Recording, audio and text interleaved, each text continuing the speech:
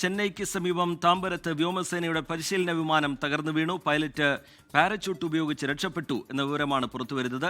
സംഭവത്തിൽ വ്യോമസേന അന്വേഷണം പ്രഖ്യാപിച്ചിട്ടുണ്ട്. മുഹമ്മദ് റഹീസ് വിവരങ്ങളുമായി ചേരുന്നുണ്ട് ചെന്നൈയിൽ നിന്ന്. റഹീസ്, എന്താണ് ലഭ്യമാകുന്ന വിവരങ്ങൾ? എത്ര മണിക്കാണ് ഇത് തകർന്നു വീഴുന്ന നിലയുണ്ടായത്? ഒരാൾ മാത്രമായിരുന്നു, ഒരു പൈലറ്റ് മാത്രമായിരുന്നു വിമാനത്തിലുണ്ടായിരുന്നത്? റഹീസ്,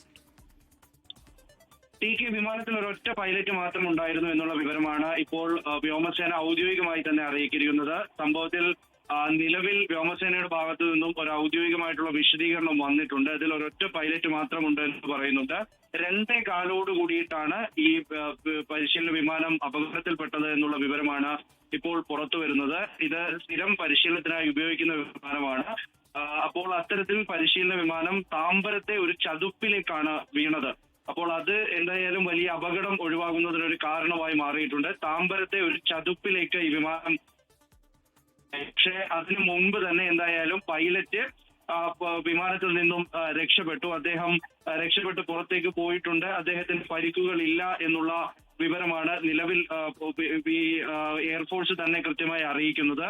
എന്നാലും അന്വേഷണം ആരംഭിച്ചിട്ടുണ്ട്. കഴിഞ്ഞ ദിവസവും ഇതുപോലെ ഒരു പരിശീലന വിമാനം റോഡിലൊക്കെ ലാൻഡ് ചെയ്യേണ്ട, നാഷണൽ ഹൈവേയിൽ ലാൻഡ് ചെയ്യുന്ന കാഴ്ചകളൊക്കെ നമ്മൾ കണ്ടതാണ്. അപ്പോൾ അതിന് പിന്നാലെയാണ് ഇപ്പോൾ മറ്റൊരു അപകടം കൂടി ഉണ്ടായിരിക്കുന്നത്. അത് താമ്പരത്തെ ഒരു ചതുപ്പിലേക്കാണ് ഈ വിമാനം വന്ന് പതിക്കുന്നത്. അത് 2:15 കൂടിയിട്ട് പതിക്കുന്നു. അതിനുശേഷമാണ് പൈലറ്റ് എന്തായാലും അദ്ദേഹം രക്ഷപ്പെട്ടിട്ടുണ്ട്. നിലവിൽ അന്വേഷണം നടന്നുകൊണ്ടിരിക്കുകയാണ്. മാത്രമല്ല ഈ വിമാനം ഇവിടെ നിന്ന് നീക്കം ചെയ്യാനുള്ള നടപടികൾ തുടരുന്നുണ്ട്. മറ്റാർക്കും പരിക്കുകൾ ഏറ്റിട്ടില്ല എന്നും മറ്റ് നാശനഷ്ടങ്ങളൊന്നും ഉണ്ടായിട്ടില്ല എന്നും ഈ വിശദീകരണ കുറിപ്പിൽ പറയുന്നുമുണ്ട്. ടി കെ, റഹീസ്, എന്താണ് ഈ അപകടത്തിന് കാരണമെന്ന് സംബന്ധിച്ച് വിശദമായ അന്വേഷണത്തിന് ശേഷമേ ഒരു നിഗമനത്തിലേക്ക് എത്താൻ കഴിയുള്ളൂ. വ്യോമസേന അന്വേഷണവും പ്രഖ്യാപിച്ചിട്ടുണ്ട്. പ്രാഥമികമായി എന്തെങ്കിലും വിലയിരുത്തലുകൾ വ്യോമസേനയ്ക്കുണ്ടോ റഹീസ്? സാങ്കേതികമായിട്ടുള്ള തകരാറ് എന്നുള്ള ഒരു വിശദീകരണം മാത്രമാണ് ആദ്യഘട്ടത്തിൽ പുറത്തു വരുന്നത്. സംഭവം നടന്ന് ഒരു 2-2.5 മണിക്കൂർ മാത്രമാണ് ആകുന്നത്.